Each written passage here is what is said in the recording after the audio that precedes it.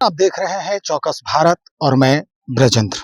जदयू कार्यालय में अचानक से नीतीश कुमार यानी राज्य के मुखिया पहुंचते हैं और साथ ही कई मंत्री भी वहां पर मौजूद रहते हैं। क्या माजरा है हम आपको दिखाते हैं। किस तरह का माहौल बन गया है जनता दल यूनाइटेड कार्यालय में और क्या होने वाला है यहाँ पर जो लोग यहाँ पहुंच रहे हैं। जरा विजुअल देखिए और समझने का प्रयास कीजिए कि भाई राज्य के मुख्यमंत्री यानी राज्य के मुखिया नीतीश कुमार भी पहुंचे हैं, केंद्रीय मंत्री ललन सिंह की भी मौजूदगी है यहाँ पर और कई मंत्री जो राज्य सरकार में हैं वो भी यहाँ पहुंच रहे हैं। क्या कुछ माजरा है हम आपको दिखाते हैं विजुअल के माध्यम से। आप देखिए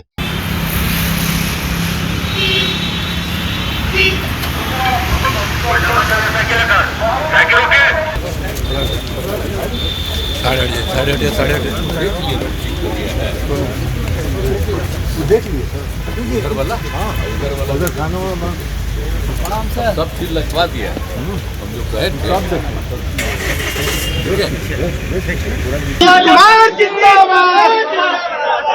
नीतीश कुमार जिंदाबाद, नीतीश कुमार जिंदाबाद, नीतीश कुमार जिंदाबाद।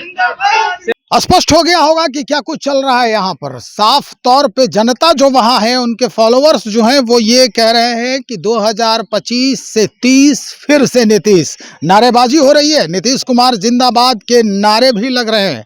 आखिर माजरा क्या है, क्यों पहुंचे अचानक मुख्यमंत्री प्रदेश कार्यालय में। दरअसल जो रेनोवेशन वहाँ पे हो रहा है, जो भी कुछ बदलाव किए जा रहे हैं उसको देखने के लिए मुख्यमंत्री वहाँ पहुंचे और उसके बाद कई जो साथ में सहयोगी हैं उनके वो भी साथ हो लिए, साथ साथ घूमे, चारों तरफ देखा उन्होंने कि क्या कुछ परिवर्तन हो रहा है, क्या कुछ नया इसमें जो है ऐड किया गया है कार्यालय में, सुविधाओं को देखा और जानने का प्रयास किया और उसके बाद तुरंत नीतीश कुमार वहां से निकल गए, अन्य कार्यक्रम के लिए आगे बढ़ गए। कई बार सवाल किया गया कि सर कुछ तो बोल दीजिए, जो देश का मामला है इस पर, लेकिन कुछ बोले बिना ही वहां से चले गए, आगे बढ़ते गए। लेकिन ललन सिंह जो इस वक्त केंद्रीय मंत्री हैं उनसे बातचीत हुई मीडिया की और उनसे सवाल किए गए कि कैसे देखते हैं हमारे सेना के इस स्ट्राइक को, क्या कुछ कहना है ललन सिंह जी का, वो हम सुनवाते हैं आपको। हनुमान जी के शब्दों में कहा माननीय रक्षा मंत्री जी ने अक्षरशः सही बात कही है।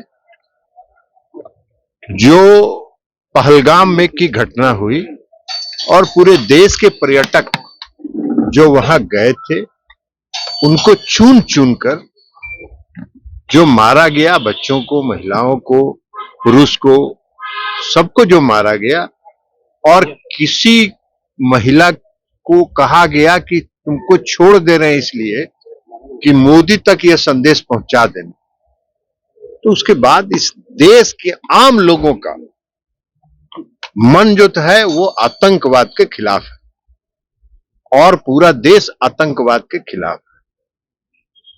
जो हमारी सेना ने यह कार्रवाई किया, ऑपरेशन सिंदूर, हम सबों को अपनी सेना के पराक्रम पर गर्व है, उनकी बहादुरी पर गर्व है, उनकी देशभक्ति पर हम सबों को गर्व है।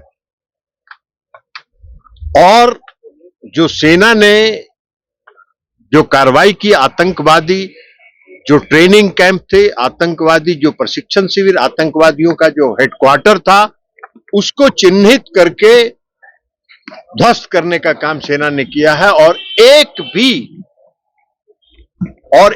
इंच भी बाएं या दाएं एक भी नागरिक उसमें हताहत नहीं हुए हैं, एक भी नागरिक प्रभावित नहीं हुए। जहां पर एक आतंकवादी संगठन का ध्वस्त किया गया, वहां बगल में उस देश का आर्मी का एक बड़ा कैंप था, उसको जरा सा भी नुकसान नहीं हुआ। यह साबित किया है कि हम सिर्फ आतंकवाद के खिलाफ हैं और हम आतंकवाद को पूरे देश में पनपने नहीं देंगे, उसको जड़ मूल से समाप्त करेंगे। ऑल पार्टी मीटिंग भी की गई है। ऑल पार्टी मीटिंग होती है, होती रहे। जिस तरीके से ऑल पार्टी मीटिंग हुई है और सभी पार्टियों ने सेना की इस कार्रवाई का समर्थन किया है। पूरे देशवासी ने इस कार्रवाई का समर्थन किया है और पूरे देशवासी को और हम सबको अपनी सेना के पराक्रम पर गर्व।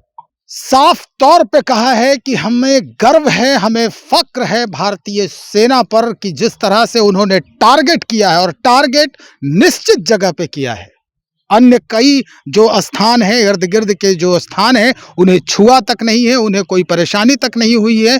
एक भी व्यक्ति जो इस जद से बाहर का है, उसे कहीं भी कोई भी खरोच तक नहीं आई है। और ऐसे जो क्रियाकलाप हैं, इस तरह की जो कार्रवाई भारतीय सेना के द्वारा की जा रही है, ये काबिले तारीफ भी है। तो चलिए हम और भी लोगों से बातचीत करते हैं और सिलसिला आगे बढ़ाते हैं। तब तक इंतजार करें और बने रहें हमारे साथ। बहुत शुक्रिया आपका।